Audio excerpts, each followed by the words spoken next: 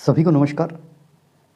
Net का जो exam है उसमें जो फर्स्ट इकाई है उसमें एक वीडियो पहले बनाया था और ये उसका दूसरा वीडियो है फर्स्ट इकाई का। शुरुआत करते हैं। आज का पहला प्रश्न, इनमें से कौन सी विशेषता देवनागरी लिपि है उसकी नहीं है? तो ध्वन्यात्मकता ये नहीं है देवनागरी लिपि की विशेषता।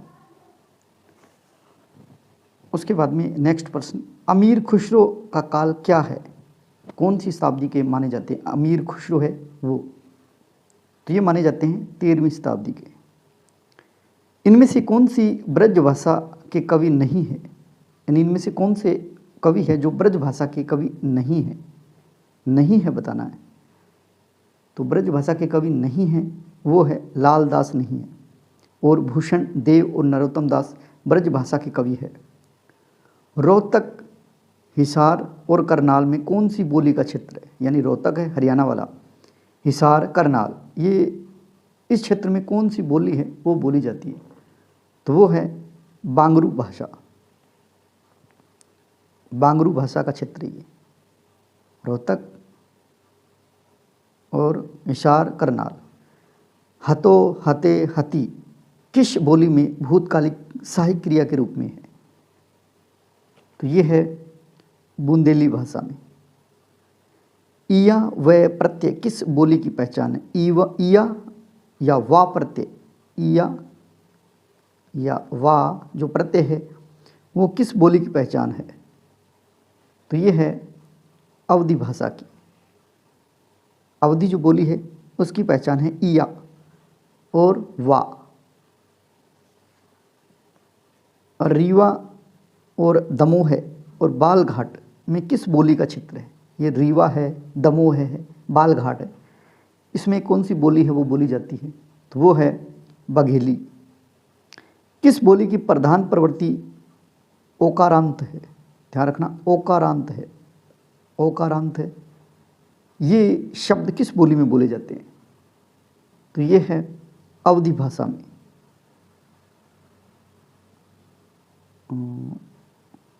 सॉरी, ब्रज भाषा में।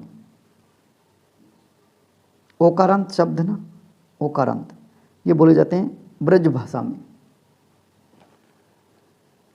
उसके बाद में नेक्स्ट प्रश्न, उत्तम पुरुष एक वचन के लिए हूँ शब्द और सर्वनाम का प्रयोग किस बोली में बोलचाल के लिए होता है? यानी उत्तम पुरुष एक वचन के लिए हूँ सर्वनाम शब्द है, उसका प्रयोग किस बोली में बोलचाल के लिए होता है? तो ये है ब्रज भाषा में।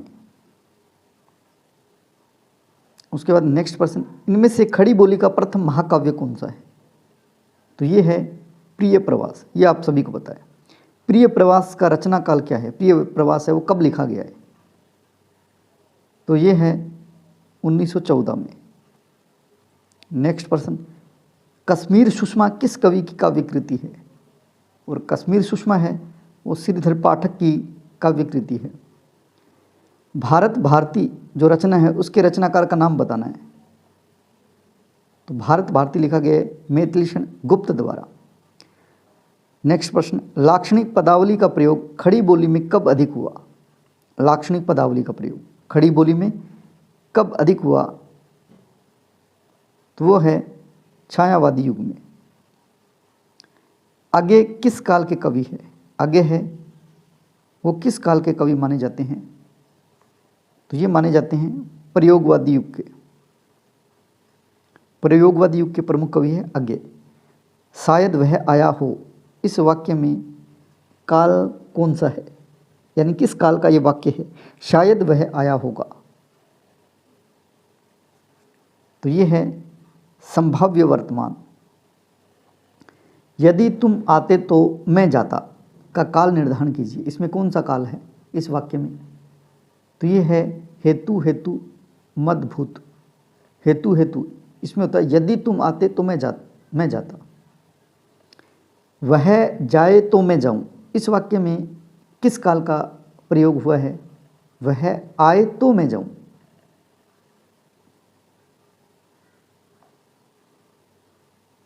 तो इसमें है हेतु हेतु भविष्यत। इनमें से कौन सी बोली बिहारी वर्ग की है?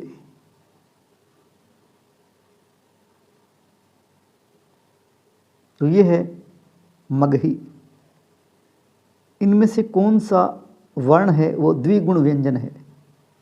इन चार ऑप्शन में से कौन सा वर्ण है जो द्विगुण व्यंजन है? तो वो है उत्क्षिप्त व्यंजन है, वो है द्विगुण। डे। पानी शब्द में कितने वर्ण है? पानी जो शब्द है इसमें कितने वर्ण है? तो इसमें 4 है। वर्ण मतलब होता है स्वर और व्यंजन दोनों, स्वर और व्यंजन। तो इसमें कितने हैं? 4 है। इनमें से कौन सा राज्य राजभाषा अधिनियम 1976 के अनुसार ख श्रेणी का वाक्य है? ख श्रेणी का राज्य है, राज्य पूछा है। इनमें से कौन सा राज्य है जो राजभाषा अधिनियम 1976 के अनुसार ख श्रेणी का राज्य है? ख श्रेणी का राज्य कौन सा इसमें से? तो वो है गुजरात। राजभाषा अधिनियम 1976 के अनुसार ख श्रेणी के राज्यों के सरकार पत्र व्यवहार किस भाषा में कर सकती है? तो ये है हिंदी और अंग्रेजी, इन दोनों के लिए। ये राजभाषा अधिनियम 1976 के अनुसार ख श्रेणी के जो राज्य है उसमें सरकार अपने पत्र व्यवहार हिंदी और अंग्रेजी दोनों में करेंगे। नेक्स्ट प्रश्न, राजभाषा आयोग का गठन किसके द्वारा किया गया? तो राजभाषा आयोग है उसका गठन राष्ट्रपति के द्वारा किया गया। जयशंकर प्रसाद किस पत्रिका के संपादक थे?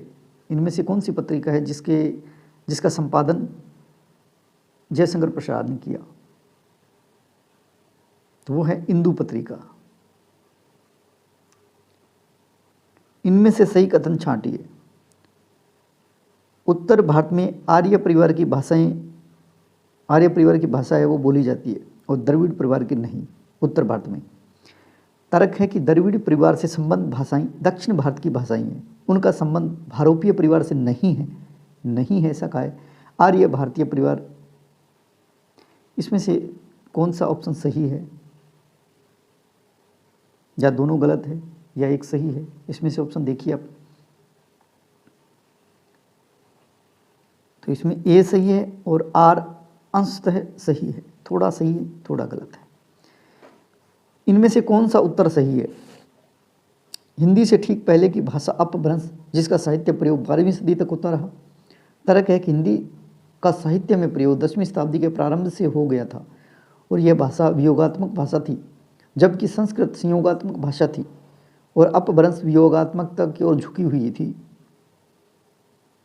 इसमें ए और आर दोनों कथन सही है या दोनों गलत है, या ए सही है आर गलत है? इसमें से एक बार देखिए आप। तो इसमें ए और आर दोनों सही है। इनमें से बढ़ते हुए कालक्रम से रचनाओं का सही कालक्रम निर्धारित कीजिए। पहले कौन सी लिखी हुई फिर उसके बाद में कौन सी है?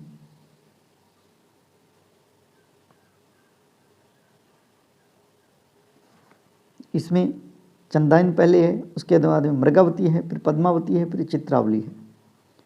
इस तरह से